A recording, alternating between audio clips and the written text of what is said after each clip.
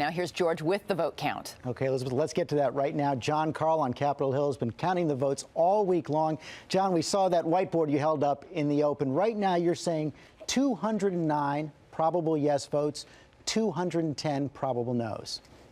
That's right, and think about that, George. That means that the Democrats are just 7 votes away from getting the votes they need. But looking at it another way, it means that the people trying to defeat this bill, another 6 no votes, and it goes down. That's right, and that leaves 12 members of Congress right now who are undecided. And they're a diverse group. They're made up of some members of Congress who voted no before, now they're undecided, some who voted yes before, now they're thinking they may change their minds. Let's dig into that group a little bit more. Yeah, let's look at the 3 major categories there. First of all, you have moderates who are from really tough districts, worried about their own re-elections. Most of those districts won by John McCain in the presidential election. That's one group, maybe the biggest group. Then you have the Stupak group, those that are concerned about abortion funding. That's also a very significant group here. And then there's this wild card group, and we really don't know how big it is, but it's liberals who think this bill just doesn't go far enough. Some of those liberals came around yesterday. Gutierrez of Illinois. We saw Dennis Kucinich earlier in the week, but some of those are also holding out right now. Let me ask you one other question about a wild card. This Republican, Joe Gow of Louisiana, New Orleans, he voted yes in November, had become a no, but now there's some talk that maybe he's thinking about yes again?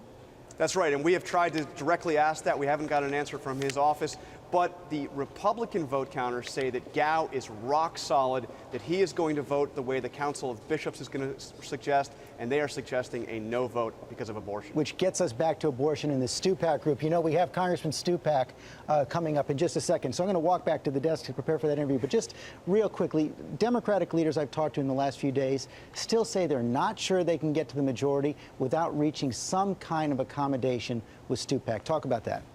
And here's the dilemma, George. They cannot make abortion changes to this bill right now because of the rules under this reconciliation procedure they're using. So they can't make changes to please him in the bill, but there is talk of trying to find another way to please that group, trying to either promise an executive order by the president or a vote on another bill.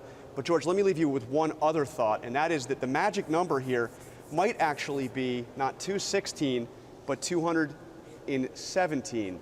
And the reason for that is that no Democrat, no wavering Democrat wants to be the one decisive vote that made it pass. Because everyone remembers that wavering Democrat who made the Clinton economic plan pass, Marjorie Margolis-Mezvinsky, right. She lost her seat 6 months later. Jon Karl, thanks very much.